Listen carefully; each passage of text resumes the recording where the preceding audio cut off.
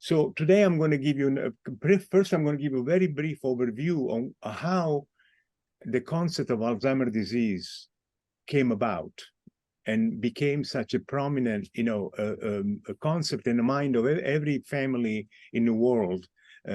Particularly the Western world is conscious of this condition. And how did that happen? And where we stand right now, what are the prospects for future research and on treatment of this condition? So let's talk about, dementia means, you losing your cognitive abilities, all right?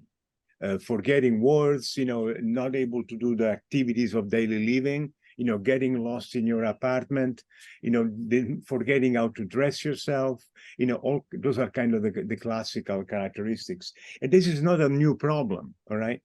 At the time of Alzheimer, you're talking about the 1900s, the major cause of dementia was thought to be hardening of the arteries, what we in more modern terms you could call dementia due to stiffening of the blood vessels of the brain, called atherosclerosis, all right?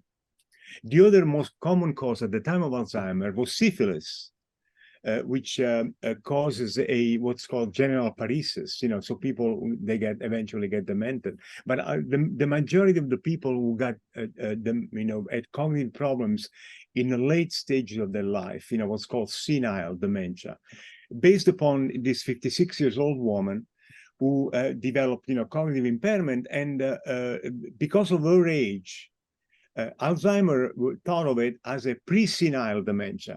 All right, so something that once someone loses, cognitive abilities earlier than anticipated by the age that they have. All right, and but this concept, the Alzheimer's, boss, or the mentor was a psychiatrist who wrote a very kind of popular book in the early 1900s. And so he put in the name of Alzheimer's disease within this book. And so all of a sudden, everybody was becoming aware of this disease based, just discovered a few years before, as characterized by the presence of plaques and tangles in the brain. So plaques are amyloid accumulation into the parenchyma of the brain, to the brain substance, and the tangles are a kind of peculiar accumulation within the neurons themselves. The neurons are the brain cells that allow us to think, and they communicate with each other and so on. So that was kind of how Alzheimer's disease was there. But at this time, until the 1970s or 1980s, this was thought to be a cause of pre-senile dementia, not really the common dementia that many people get when they're old, all right? Then, in terms of senile dementia, a Canadian physician, Vladimir Ashinsky, said that, the reason why we get demented when in very, very old age is because we have many, many strokes. And he coined the term multi-infarct dementia. So like having a loss of many, many strokes, and then this eventually decreases the ability of the brain to make us think correctly, and we become demented. Then another major step forward was provided by a French physician, Marie-Germaine Bousser, who found that there are causes of dementia that run in the family, genetic causes of dementia, what's called, a kind of monogenic cause. So a single gene mutation in a family can lead to dementia. And this disease was called CADASIL, which was the first example of a dementia caused by a single gene mutations. Now, things started to change in the 1980s when it was discovered that the plaques that characterize Alzheimer's disease are due to accumulation of a peptide called the amyloid beta peptide. And I'm sure you're all familiar with the A-beta, amyloid beta peptide that accumulates in the brain of patients with Alzheimer's disease. And it was realized, by pathological studies that a lot of old people that whether they're demented or not, they have amyloid in their brain. So this one led to the expansion of Alzheimer's disease from pre-senile dementia, all right, dementia in younger, older people, to dementia in the old people. All right, and was added to the books where all the DSM book that is used to characterize all the mental diseases in the brain in 1987. So that means in 1987, Alzheimer really got the recognition of being a major cause of cognitive impairment in the brain. So it's relatively recent that we have really gotten to the idea that Alzheimer is such a big problem in terms of cognitive impairment. Now, because there was this peptide accumulating in the brain, a lot of scientists, including Rudy Tanzi, which is one of the major scientists in the Cure-AD Foundation, they started to figure out where was this amyloid beta coming from, which gene was causing it. And they discovered the amyloid precursor protein, which was the gene from where this amyloid that accumulates in the brain comes from. And they found that there were mutations in this gene that cause Alzheimer's disease. And it turns out that this lady that Alzheimer discovered, once they looked back into the data, had one of these mutations. And so that led to the idea that really, when you kind of lead to accumulation of this amyloid beta in the brain due to genetic factors or due to age, you can have the Alzheimer's disease. And that led to the formation of the so-called amyloid hypothesis or amyloid cascade, where this protein, amyloid precursor protein, is cut up by enzymes, leading to accumulation of this A beta peptide that then deposits in the brain of patients with Alzheimer's disease, leading the so-called amyloid plaques, and then probably secondary event to this deposition of the plaques is the formation of the tangles that accumulates into the neurons and also contribute to the amyloid, to the Alzheimer's disease. However, over the past several years, it's become obvious that A beta and tau are what we call Alzheimer pathology, is not the total story. So when you have dementia in older people, you have also other pathologies like vascular pathology, like other neurodegenerative pathologies, like TDP-43.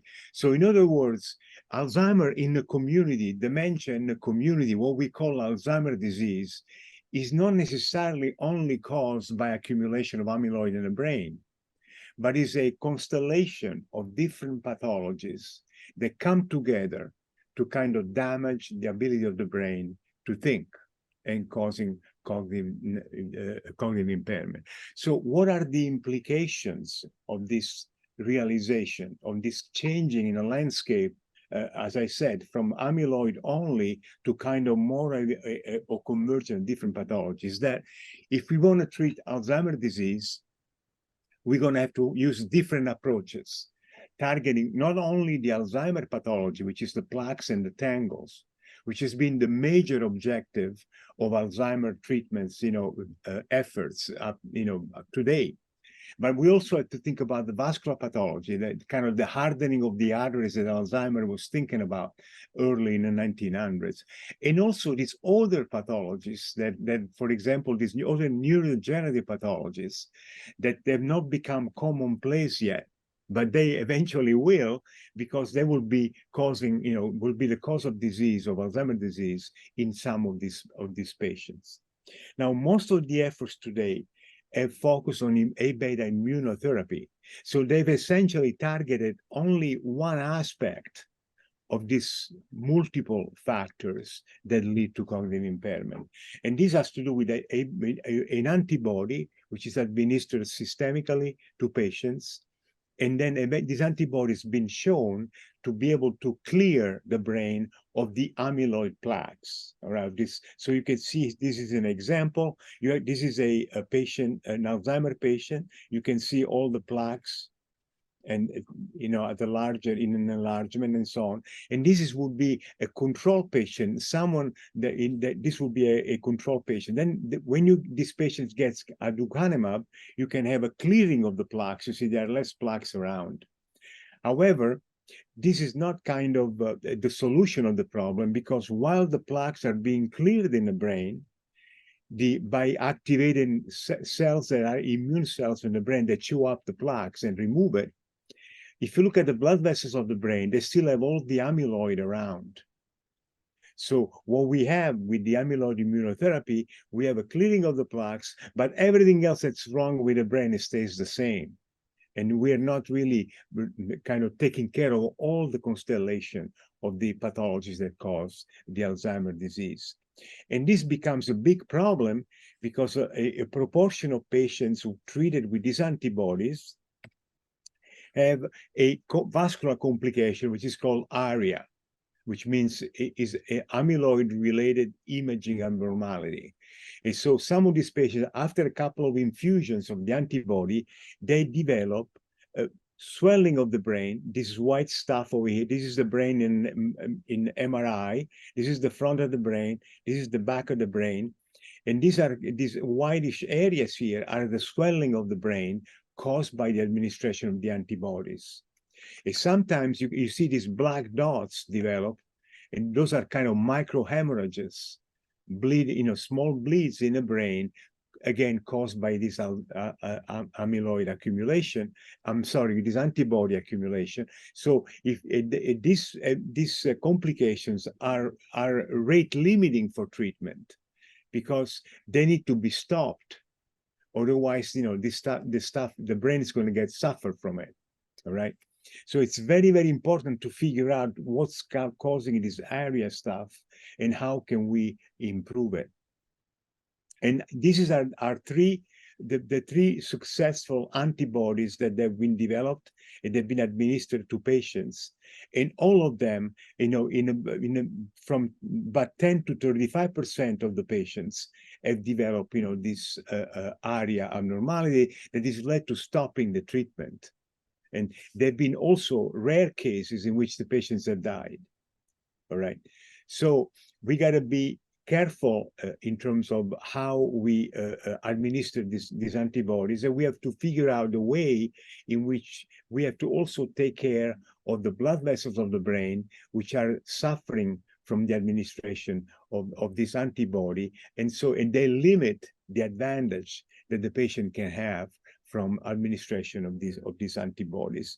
So in light of this kind of multiplicity of pathogenic factors, of multiple causes that converge to lead to Alzheimer's disease, what do we need to do? Well, the solution that people are thinking right now is to use what we call a precision medicine approach to Alzheimer's disease. So we have to see in a particular patient, what are the major pathological processes that are causing the dementia, all right? So in one patient may be amyloid, the major cause, all right? In one patient may be vascular factors, the major cause. In one patient may be both of them together. In another patient, you may have, other pathology causing so we have to figure out, after assessing the risk for these conditions, which one are the pathological processes, and then if these pathological processes are identified, one has to use a molecular intervention or a treatment intervention that is appropriate to that particular pathogenic process that is leading to the major cognitive impairment. And so right now we are focusing on one of them, which is the amyloid, all right? And so the research in the CureAD, in the NIH and other research institutions is to really figure out, how to address these other aspects of the pathology. And if we move one step back to the whole body, to the whole brain, perhaps the best approach is to figure out how to maintain brain health in general. And this is going to require a multi-stepped approach that goes from planning at the level of the social, economic, environmental, education, and research efforts to education on how to protect the brain from risk factors like smoking, high blood pressure, diabetes, and some of which are modifiable, like, for example, smoking, or high salt diets and so on. And to prevent the high risk behaviors, for example, alcohol use, that may precipitate or make injure the brain and increase the likelihood of getting dementia, and eventually converging towards a more healthy lifestyle, including exercise, and a appropriate diet, and intellectual engagement until last through the age, to the old age and so on, that will eventually preserve the health of the brain. And only by kind of approaching the problem from this kind of more holistic way, we may be able to really make a dent, a significant dent, in this terrible condition in which some of you had direct experience with through your family and so on.